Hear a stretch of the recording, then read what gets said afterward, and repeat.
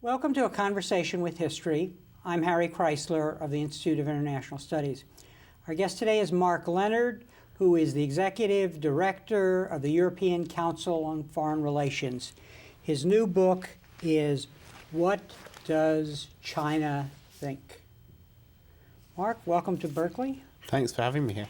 Where were you born and raised? I was born in London. I lived there till I was about 6, and then I lived in Brussels for 12 years, and then went to university in Cambridge, and then mainly lived in the UK, but had brief stints in Washington and in Beijing as well. And looking back, how do you think your parents shaped your thinking about the world?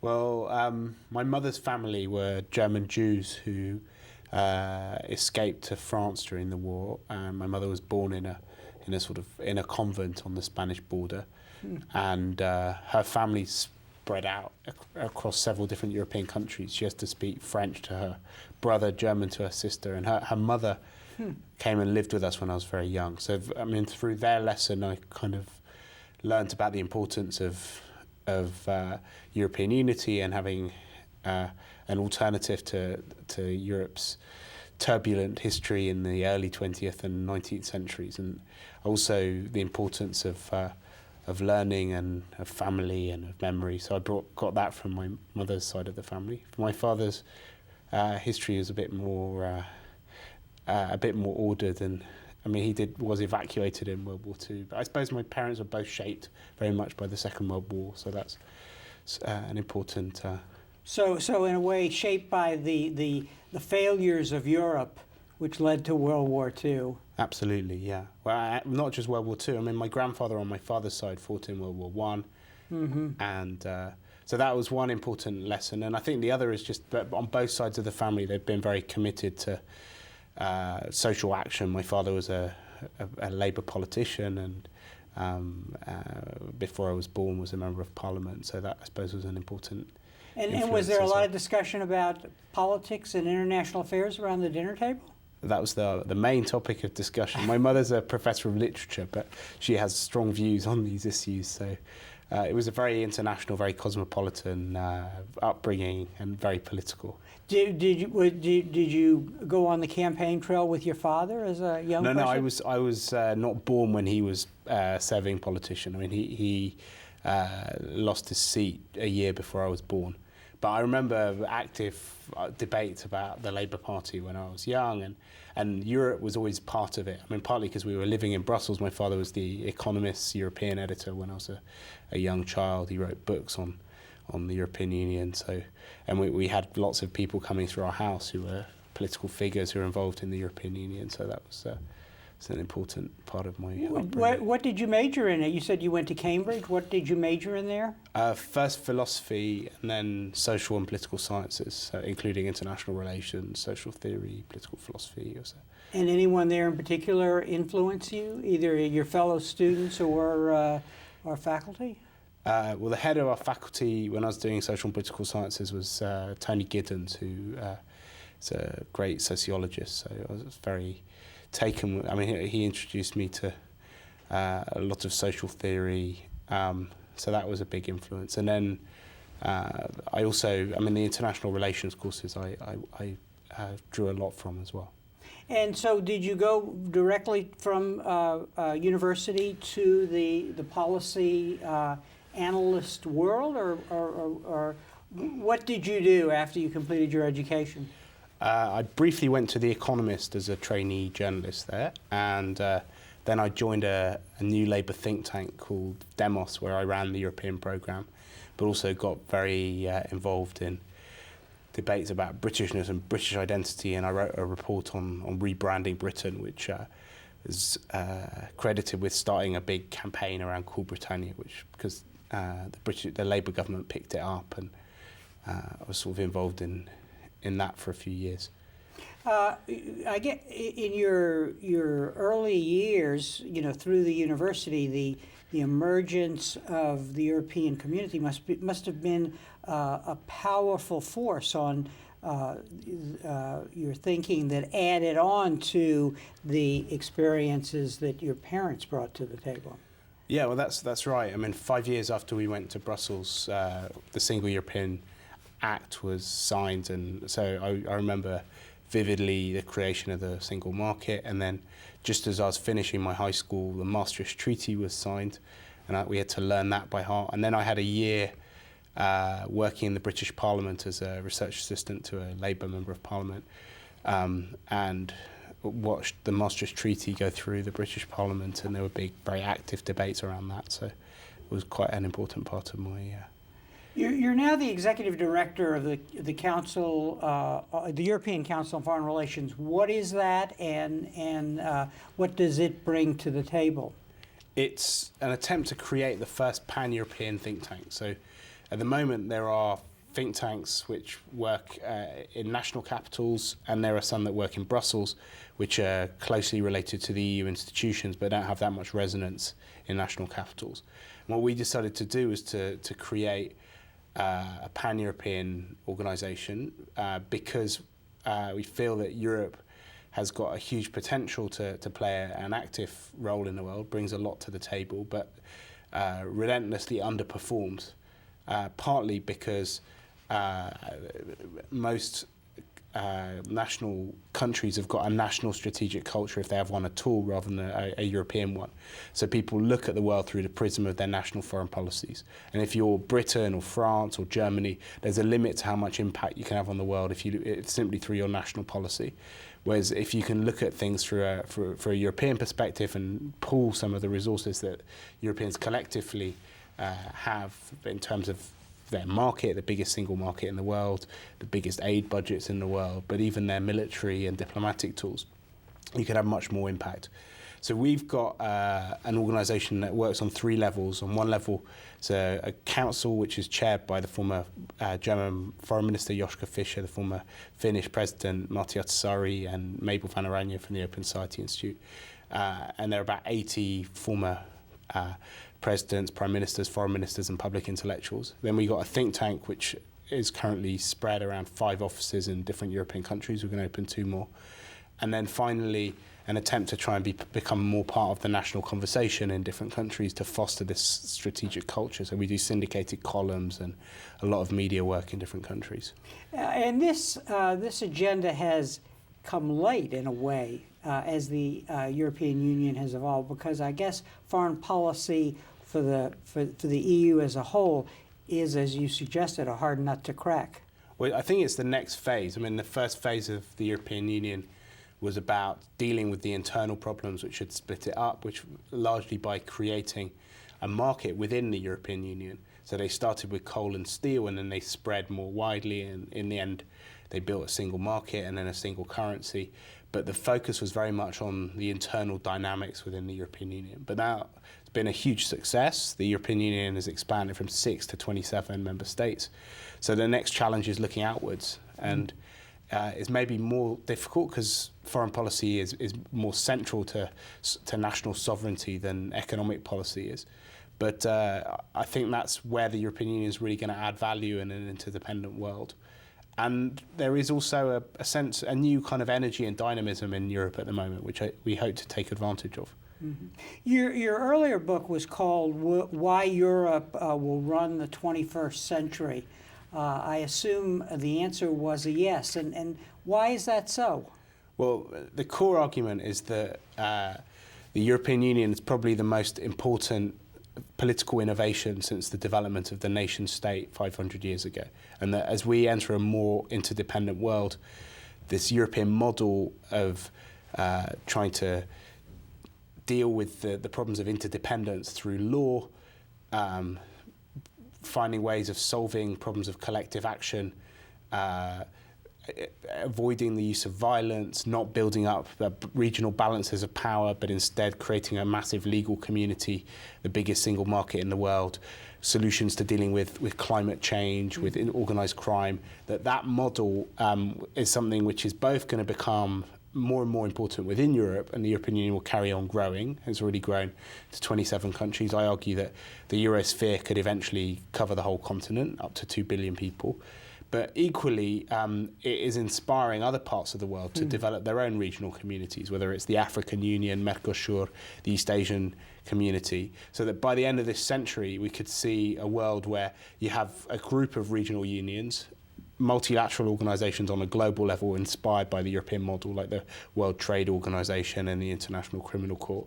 And in that sense, we'll see a European century, not because Europe will be the most powerful political, economic or military bloc, but because the European way of doing things will have become the world's way of doing things. And I certainly know that would be the best way for this century to develop. And I hope that it will happen, because everyone has very strong self-interest in going down that route rather than having more traditional ideas of sovereignty. And this notion of the importance of regional groupings is one of the defining features of the world of the 21st century as you see it. Let's talk a little about that, because I think what you're saying is that Europe is a role model for this new world that's emerging, and that it can use that strategically to have an influential role as it encounters other regional groupings. I think that's right. I mean, I think the two ways that we thought that the world might be organised recently, either around a unipolar power where the United States acts as the world policeman, or creating some kind of world government organised around the United Nations. I don't think either of those models is realistic in the long term. I mean, I think the world's certainly been better off with a unipolar American military power for the last generation than it was when you had a multipolar world before that, but we're already entering a more multipolar era. And it's become increasingly clear that the United Nations, though it's enormously important, is never going to be able to be an efficient organisation the way that the European Union is, because of the differences in countries, the fact that you don't have the same level of common interest, and also because it was an organisation of a different era designed to protect the sovereignty of nation states rather than to pool it. And that's why I think the European Union, in a way, defies political gravity, because it's reinvented what it is to have security. And instead of security being about defending nation states from the interference of others, like the United Nations and like the way that people thought about international relations for centuries, within Europe, we guarantee our security by interfering in each other's internal affairs and by creating a very, very deep level of interdependence, which is governed by very clear rules, which are administered by institutions which are above the nation state. But these institutions only exist because they've been created by nation states, and the nation states have kept to themselves the powers which their citizens care about the most, like delivering health and education and pensions and welfare states and taxation. And that's a pretty incredible model, which I think allows you to have the benefits of scale that you get from working together without sacrificing the political independence that people have come to enjoy and expect in an era of growing nationalism. Another defining feature of the international environment, and here we can find this in your first book on Europe, is that the protection of the individual becomes very important in this new world. And I think you're faulting organizations like the UN because they focus so much on protecting sovereignty. And we're seeing now with the catastrophic events in Burma that sometimes the governments won't protect its own citizens. But you see this as very important in understanding the new world we're in. I think that's absolutely right. As we've entered an era where the costs of war between states are very large, and countries have realised that acquiring territory isn't necessarily a good way of developing their economies or of becoming great powers. It means that the prevention of war between countries, while still important, is no longer the absolutely central feature of the international system. And increasingly, the problems that we're grappling with are problems that happen within countries. It might be massive human rights abuses, genocide, environmental destruction. And in order to deal with those problems, but also to create public goods like continental-sized markets or ways of dealing with criminal networks that cut across borders, you need to be able to interfere in each other's internal affairs. And that's really where the European, that's the genius of the European Union, is that it's realised that much earlier than other parts of the world, and has developed systems of governments that do that, but in a way that doesn't undermine the nation state. And that's why I think it's such a strong model. And also, and this is maybe something which applies beyond Europe, it's a model that that you can use to transform the countries in your periphery, because the European Union has brought about regime change in a dozen countries around its outside in the last few years, because they wanted to join the European Union. And the price for joining the European Union for the newly freed countries of the former Soviet bloc was implementing these 80,000 pages of laws which Europeans had developed. So you've got this rule book which other people want to join, which they democratically implement for themselves, but which eventually transforms them into your own image. And that means that you don't need to project power in a traditional way, because other countries are basically changing themselves voluntarily. And that's a much more powerful model of political change than any that you've seen before in history. So I think that's another way that the EU is exerting power. And then the final way, as you said, is as acting as a role model. You know, the fact that people are copying it means that you're increasingly seeing this sort of European way of doing things becoming more widespread and more central to the way that the world works. Let's emphasize this point, because through enlargement, which is what we call joining the EU, you have access to this to a market that can address the problems of globalization. But Europe is exacting a price for that, which is to say you've got to bring up your institutions to meet the standards that Europe has established with regard to human rights and so forth. That's right. I mean, countries that are on the outside can see what's happened to some of the countries that have benefited from joining it. Ireland went from being one of the poorest and most backward countries in Europe to one of the richest countries in the world. It's now got the highest GDP, and that's in a generation. And that's entirely tied up with Ireland's membership of the European Union. And on top of that, it's had the benefit of diffusing the war that was going on in Northern Ireland between nationalists and loyalists. So it's an incredible success story. Now, the third feature of the international system that you identify is the shifting of power east and south, which leads us actually to your new book, which is on what does China think?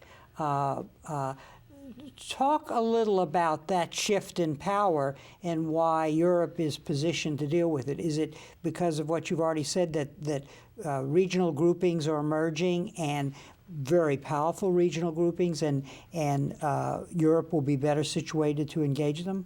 Well, I think the emergence of new power blocks will be a challenge to the European Union. But I think the European Union has developed a way of dealing with problems of interdependence, and I think those problems will grow.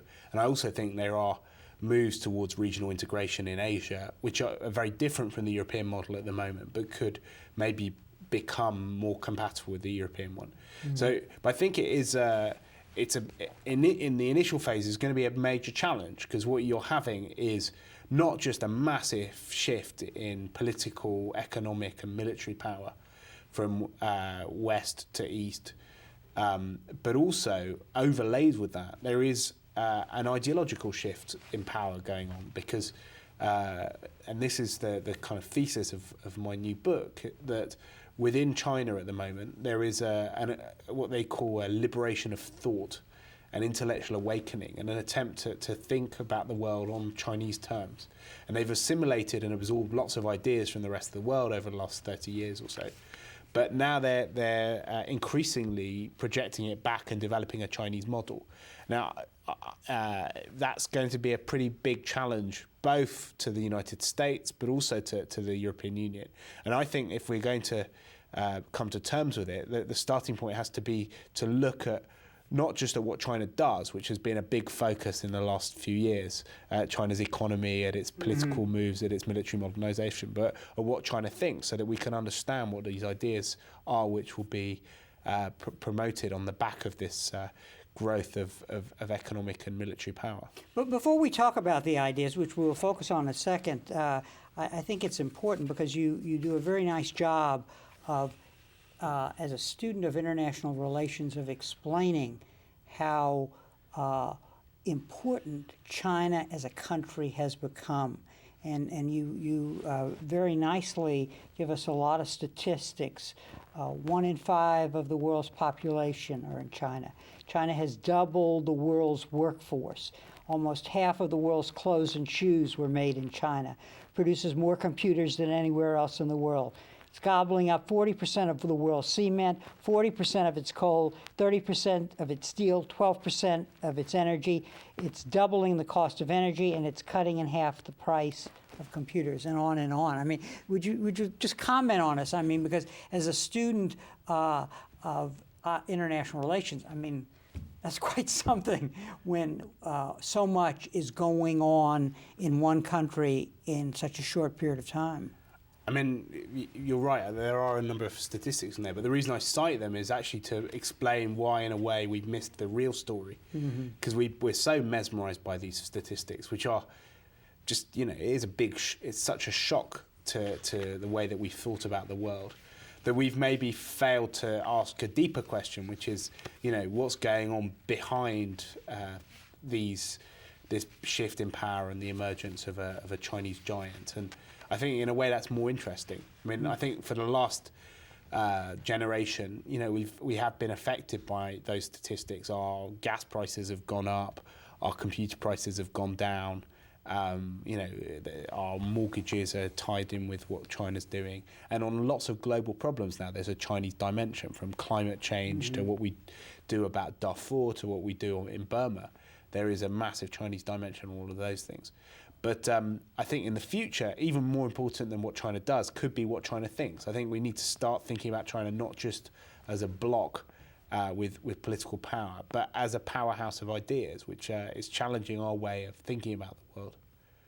Now, it's important, we should set the context here. And I had when I read your really informative book, I was reminded of a quote from Max Weber, which all graduate students, I'm sure, encounter.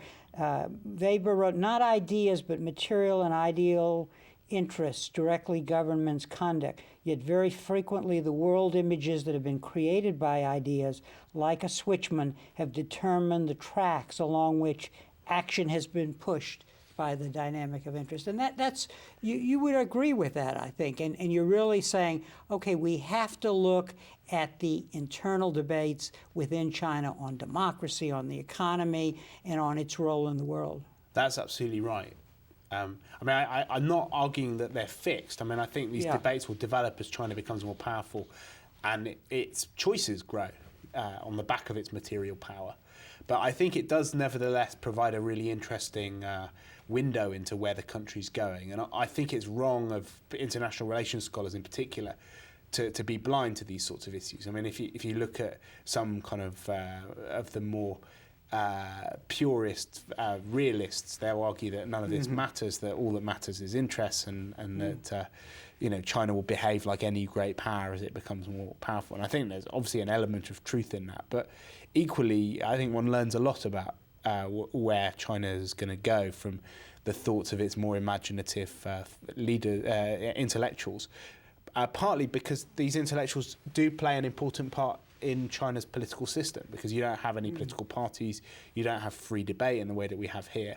So one of the ways that the government puts ideas in play and actually tests out ideas is through the activities of its think tanks and its universities. Mm-hmm. And I think this is an important point because China still is ruled by the Communist Party. It's a one-party state. It's authoritarian. So help us understand how these ideas work their way through the system, because we're dealing with a very different animal here. That is, when you have that political structure and a political structure that is very dependent on its security forces and censorship and so on, yet ideas are important.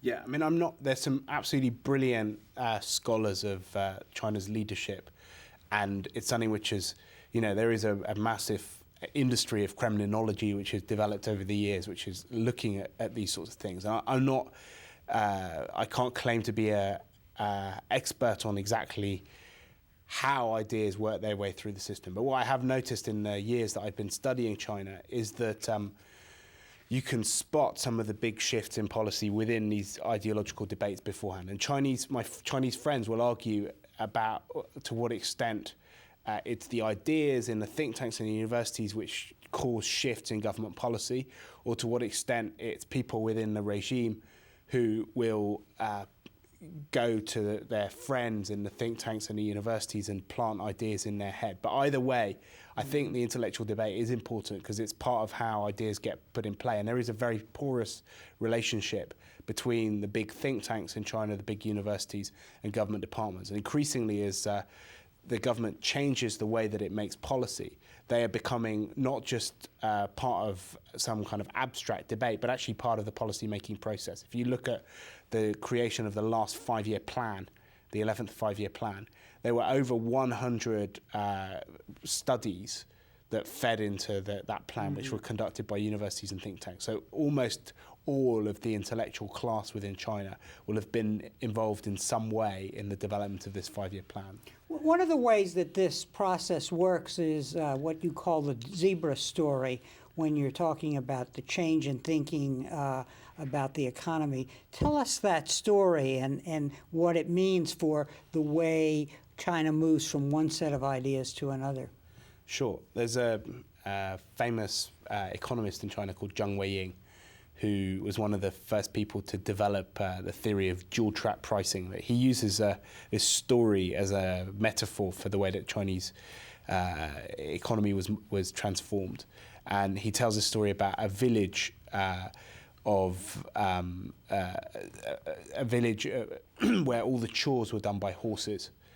And in the neighbouring village, they had zebras which were much more efficient and better at working than the horses within the village that he tells the story about. And the village elders realised that they were going to have to switch from having horses to zebras, but they had a big problem, which is that their entire legitimacy was based on preaching a doctrine that horses were good and zebras were bad. So they decided they didn't know what to do, how they could switch from one to the other without losing face. And then they came up with a solution, which was under cover of night, they painted stripes on some of the horses in their town. And when the people woke up in the morning, they saw these weirdly coloured beasts in their midst and they panicked. But the village elders said, don't worry, these are just horses. Someone's just painted stripes on them. It's okay, they'll work in the way that they've always worked. And the villagers kind of went about their business. So then every night they painted a few more of the horses, and until eventually all of the village all the village horses were painted. Then after a few years, they started replacing these painted horses with real zebras, and this had an enormous impact on the productivity of the village, started becoming very, very wealthy. The productivity went through the roof. And only many years later, when all of the horses had been replaced with zebras, did they come clean about what they'd done. And they brought the citizenry together and they declared that, in fact, their village was now a village of zebras rather than horses, and that horses were bad and zebras were good. And this was sort of seen as a way, as a model for China's economic reforms, where instead of going straight from the planned economy to the market, they created these pockets of alternative reality where they tested out market ideas. And when they worked, they kind of spread them further. This happened, first of all, with pricing, but also if you look at the great metropolises of Chinese capitalism like Shenzhen in these special economic zones. That's exactly what they did there. Now, as you walk us through the debates about the economy, then democracy, and then about international relations, let's talk about them, because what with regard to the economy, you're saying there's a real debate emerging about the excesses of the market, the following of what was called the Pearl River doctrine. Is that with regard to how the economy develops, and going back to being concerned about questions of equality and the consequences of a rampant market? Yeah, and I mean, I think that's maybe one of the most interesting debates, because as good Marxists, we should start with the material basis for Chinese thinking. But there is a big debate about what model of capitalism China should have.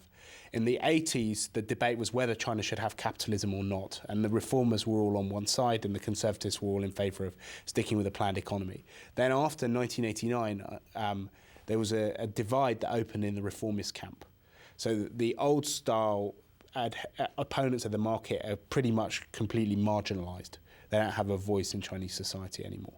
But what's happened now is that as a result of the growing economic wealth, people are asking more difficult questions about where the money should go.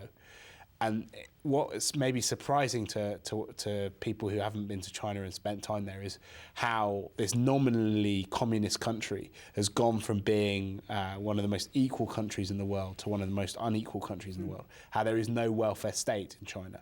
You know, if you get old or sick, you're basically left to rely on your family and your wits, but the state isn't there to support you. So what's happened is that the economists who were very influential in the 80s, so much so that a lot of people talk about that decade as the dictatorship of the economists, people like Zhang Weiying, who came up with the zebra story, they are increasingly finding themselves on the back foot. Mm-hmm. And there's this new grouping that's emerged who are called the New Left, who want to develop, I suppose, a Chinese variant of social democracy. And they have come out with a very powerful critique of the dangers of unbridled economic growth, a focus on economic growth to the exclusion of everything else. And they're thinking about novel ways of bringing in low-priced healthcare, better education, but also of measuring the environmental destruction that China's growth produces, and developing ideas to do with green GDP, which subtracts out the environmental costs of growth and comes up with new growth figures. As we go through these debates, the challenge here, I guess, is to deal with the emerging situation on the one hand, but also to link it to several traditions: the Confucian tradition, the Maoist tradition, and then what the recent tradition is, which is the market. So there is that dynamic in all of these debates, also, is there not? I think that's right, and increasingly Chinese people are becoming very, very self-conscious of that. I mean, one of the critiques which Chinese intellectuals make is that the country's been so desperate to absorb ideas from elsewhere that it's kind of been buffeted from one totalizing ideology to the next.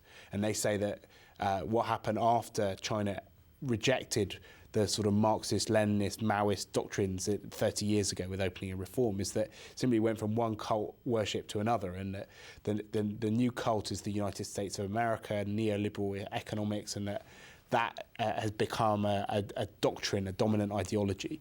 And a lot of Chinese want to free themselves from that in the same way that they freed themselves from Maoism in the past. And that's really where we're at the moment. Is what makes it a very interesting moment, because out of these big debates, and I think there's a huge difference between the New Left and the New Right. I mean, it's bigger than the difference between Republicans and Democrats.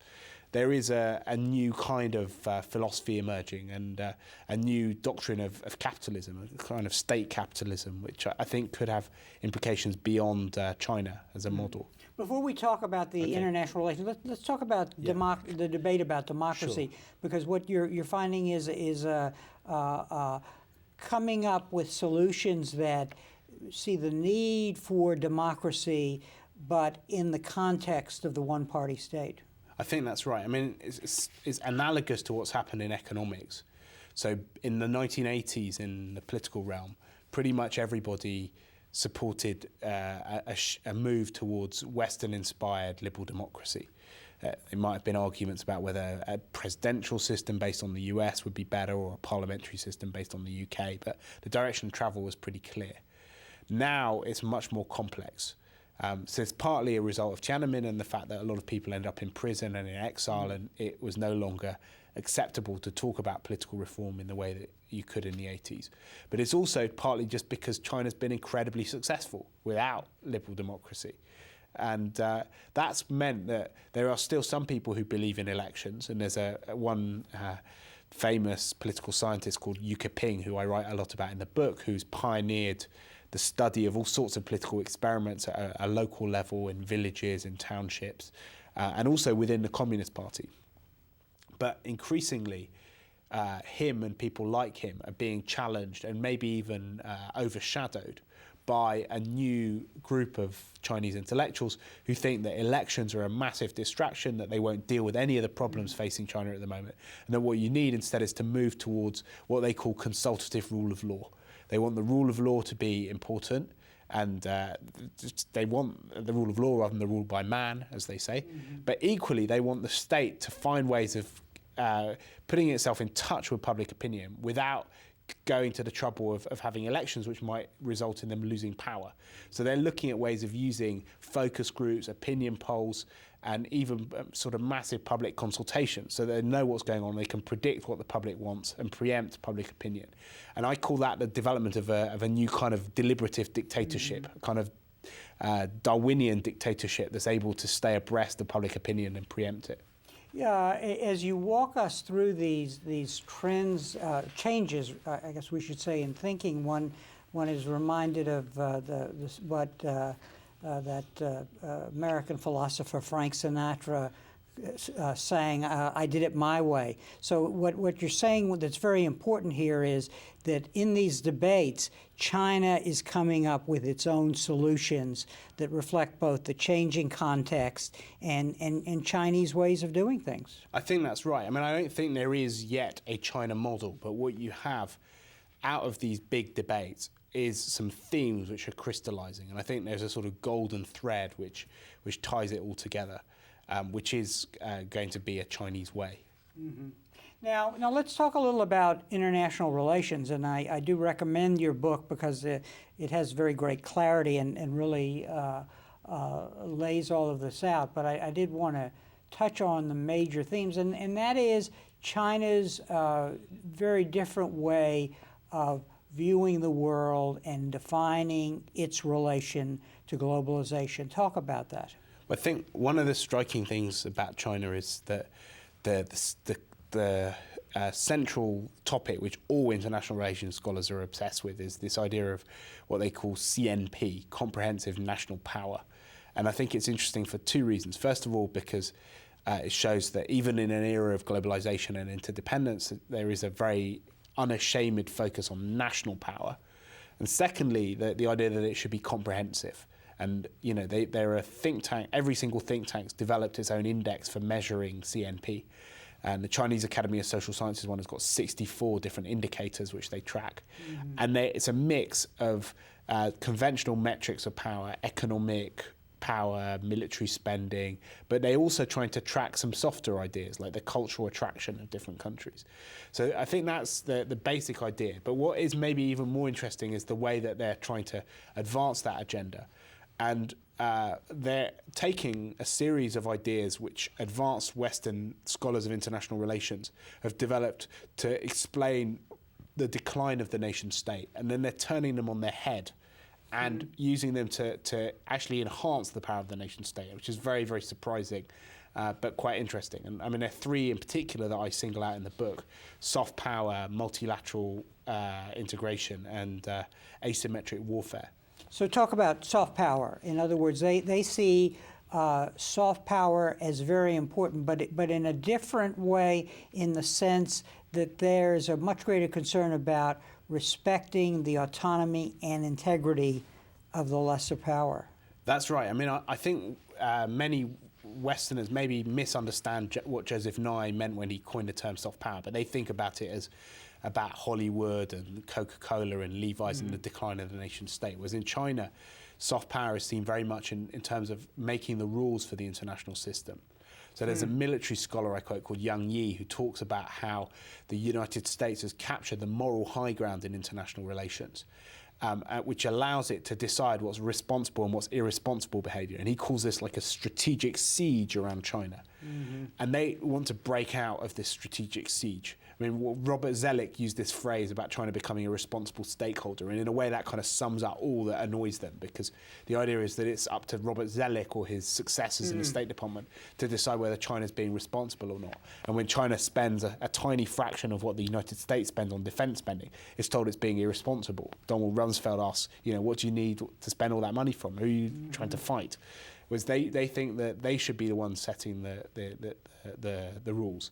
And in order to do that, they are doing lots of more conventional things to try and build their soft power, opening Confucius Institutes to teach Chinese language and culture, setting up television stations, and doing lots of public diplomacy. But what I think is most interesting is the content of the China dream that they want to promote as a response to the American dream. And that's basically to try and associate China with three very powerful ideas which are already popular. Economic development on the back of their enormous success domestically. Political sovereignty, this idea that countries should be free from external interference and able to chart their own course.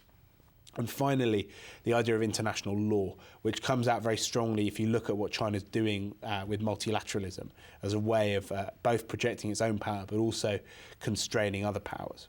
And Africa is a good place to look at for how all these strategies come together. Absolutely. I mean, in Africa, you see the attraction of the Chinese model. I mean, one of the interesting things that I discovered is that the Chinese are building a whole new series of special economic zones, which are different from the ones which it built itself in the 1980s to advance its economic reform agenda, in that they are in Africa. Last year, Hu Jintao opened a special economic zone in Zambia. They're opening another one in Mauritius, another one in Dar es Salaam. And they're very similar to the Chinese ones. They're kind of special autonomous entities with tax breaks, which are linked with road and shipping links. And African countries are now competing for the remaining two slots in a similar way to the way that Central and Eastern European countries competed to join the European Union. And off the back of these special economic zones, what you're seeing is the spread of a Chinese model of capitalism. So I think these are kind of a bit like villages of zebras. They're kind of alternative pockets of an alternative Chinese reality in the African continent. You also talk about asymmetric warfare, and that is we generally think of that term in the context of a hegemon invading a less developed place, and the incapacity to resist takes the form of asymmetric warfare, as we see in Iraq today or in Afghanistan. But the Chinese see that idea as a way to address the challenges in the future that the U.S. might pose, without matching exactly what the U.S. does, say, for example, in military power. That's absolutely right. I mean, China's taken asymmetric warfare to an industrial scale. But what's interesting is it's also stretched it. So some of their doctrine is in military terms. So they're terrified about the idea of being sucked into an arms race with the US. They know that the Soviet Union spent itself into oblivion by getting into an arms race with the US. So in military terms, they're looking at ways of neutralizing rather than matching American power. So one idea is looking at how you can take satellites down so that you can blind the US if there's a conflict over Taiwan. But what's even more interesting is when they take it beyond the classic military realm. There's a whole concept of what they call lawfare, which is using international law as a way of binding down and pinning down and manipulating more powerful rivals. And in a way that sort of leads into some of the ideas which they're developing around multilateralism, which I think are some of the most advanced ways of thinking about power asymmetrically. And let's talk about that, because you use as the example the Shanghai cooperative agreement and protocols. Talk a little about that, because it's bringing together different parties outside of the established multilateral institutions and thereby acquiring the regional influence, which you saw as so important when you were talking about Europe. Absolutely. I mean, I think until the mid-90s, the Chinese were very suspicious of any multilateral organizations, partly because it took them so long to get recognized by the United Nations and to have a seat at the United Nations. They'd had sanctions put against them, but also in Asia, they thought that these multilateral organizations were US-led and were designed to contain Chinese power. But then some of their most creative thinkers understood that, first of all, the US wasn't really interested in these regional organizations. It had what's called a hub and spokes approach to Asia, where it had bilateral relations with each of the Asian countries rather than trying to bring them together. And also, they realized that they could learn from the European experience, because Germany used the European Union as a way of reintegrating itself into civilized society. It bound itself into a structure which allowed other countries to trust it, gave them a stake in Germany's economic re-emergence. And the Chinese wondered whether they could copy that and use it to legitimate their own power, to reassure their neighbors, but also to exclude the United States. And they've done that in two theaters in particular. In East Asia, they're working to create an East Asian community. And then to the west, they're working with Russia and a group of Central Asian republics to create the Shanghai Cooperation Organization. And what's fascinating about these two moves is that the organizations that are created enshrine values which are very, very similar to the Chinese own principles for how international order should work. They have reassured the neighbors, they've excluded the United States, they've put US allies like Japan on the back foot. In fact, the Chinese talk about trying to turn Japan into a United Kingdom of Asia, a country that's got one hand tied behind its back, that's never on the front foot for regional integration because of its relationship with the US. So it's a very sophisticated and an interesting way of developing. And it's absolutely not it's not an either-or thing. It's not either join existing organisations like the World Trade Organization and the UN or develop our own ones. These two things go in parallel. So it's a non-confrontational way of changing the balance of power on the ground, which has been devastatingly effective.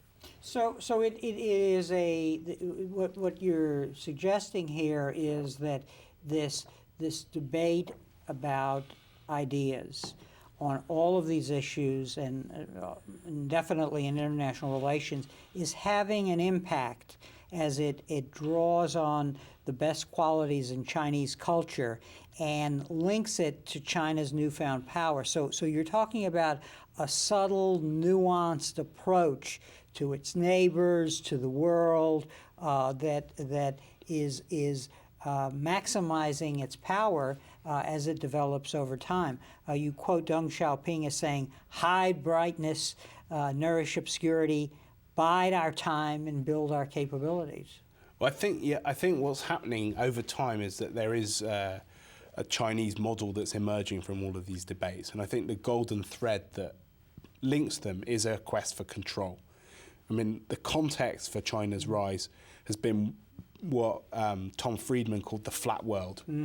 The state had been flattened out of the economy by privatization, out of the political sphere by democratization, and out of the foreign policy realm by a combination of unipolar American military power and the new challenges of globalization, whether it's terrorism, hedge funds, climate change.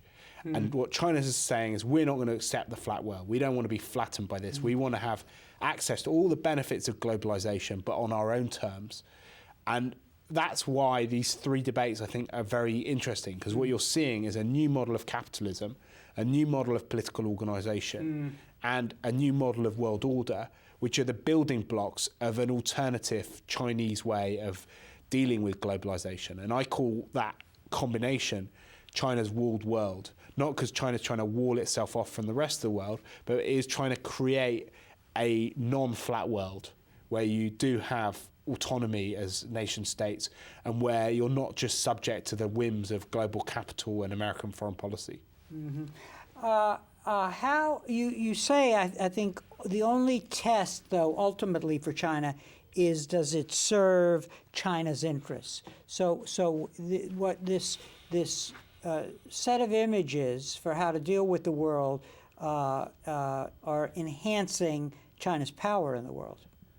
Yeah, that's right. I mean, China is very pragmatic. It's not an ideological power in the same way that it was, when Mao was around, and it is willing to make trade-offs between its different. I mean, very willing and able to make trade-offs between its different priorities. The core goal is to advance China's power, and it wants to do it in a way that doesn't scare the rest of the world, that reassures it, that doesn't cause the rest of the world to balance its rise. And it's a very, very self-aware rising power. But that, in a way, makes its ideological challenge to the rest of the world, to the West in particular, more devastating, because you often don't realise it's happening, because there is an attempt to avoid confrontation wherever you can and to focus on changing the facts on the ground. And what's interesting is if you go around other developed countries, but developing countries in Latin America, in the Middle East, in Central Asia, in Africa, people are increasingly talking about a Chinese model. And I think that's where the core market is. I don't think that, France or Germany are going to wake up tomorrow and decide that they want to implement the Chinese model. But they are already talking about it in Uzbekistan, in Iran, in Angola, in all sorts of countries in the second world. Let's take a particular case, the Sudan, Darfur. They're a set of principles and rules established by the international community that come out of the Western tradition about certain things that one can't do as we accept the rights of humanity and of individuals and so on. And on the other hand, China is there acting because of its need for Sudanese oil.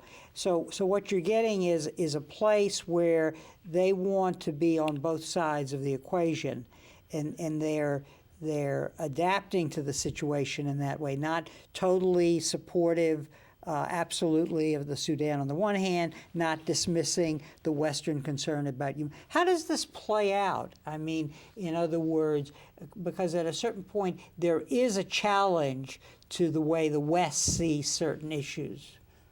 I mean, I think it shows you how subtle Chinese diplomacy has become, in that their number one goal in Sudan is to get access to Sudanese oil and to pursue their economic interests.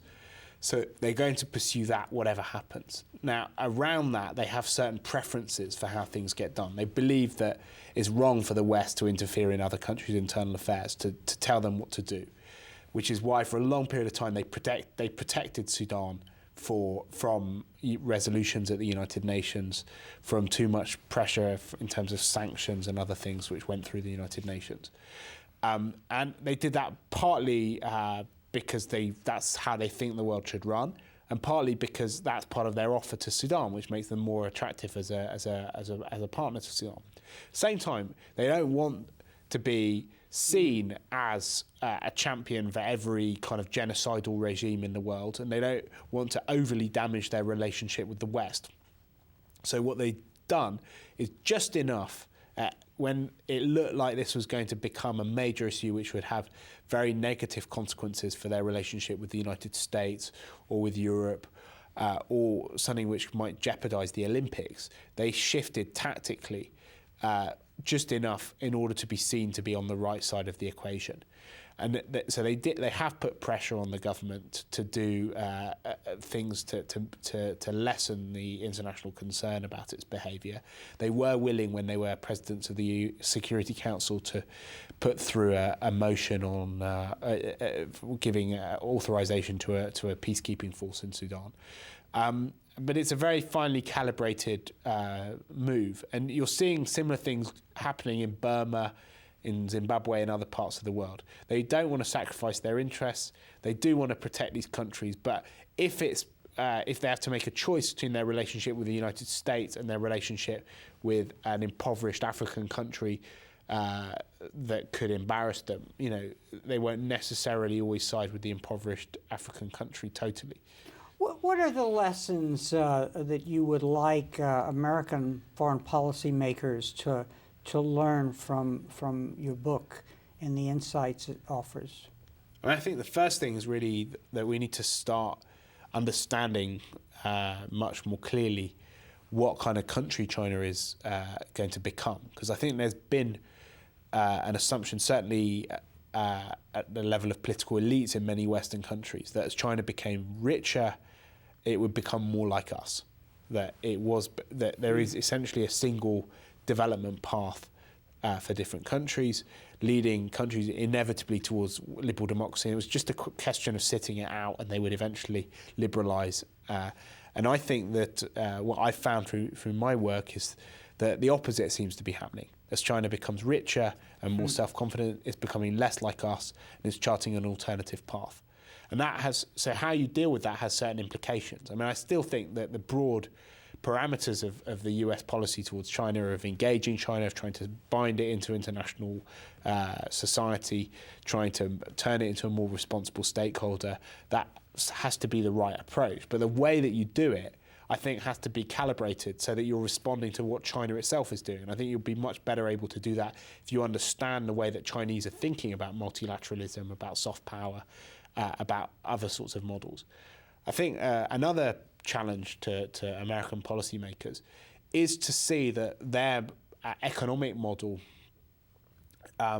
is something which is in the retreat in many parts of the world. And I think that the U.S. The Washington Consensus and the whole Western model of development, and our levers for influencing developing countries are much less great than they were just 5 years ago. If you look at Angola, for example, the World Bank have been negotiating a deal with Angola for many years.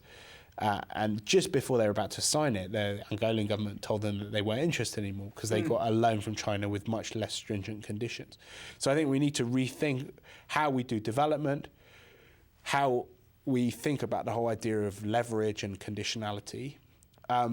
And thirdly, I think that there is a collective challenge for the West, because I think there are big differences between Europeans and Americans in terms of how the international order should be structured.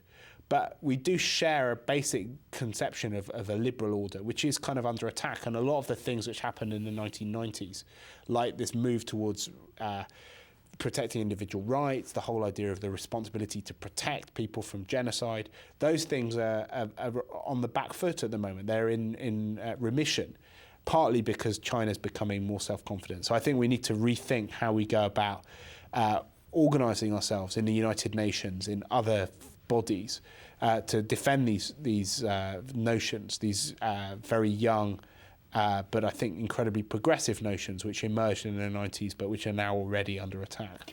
Do you think, one final question, do you think that Europe is better positioned to address the China challenges because of its own evolution with regard to the EU?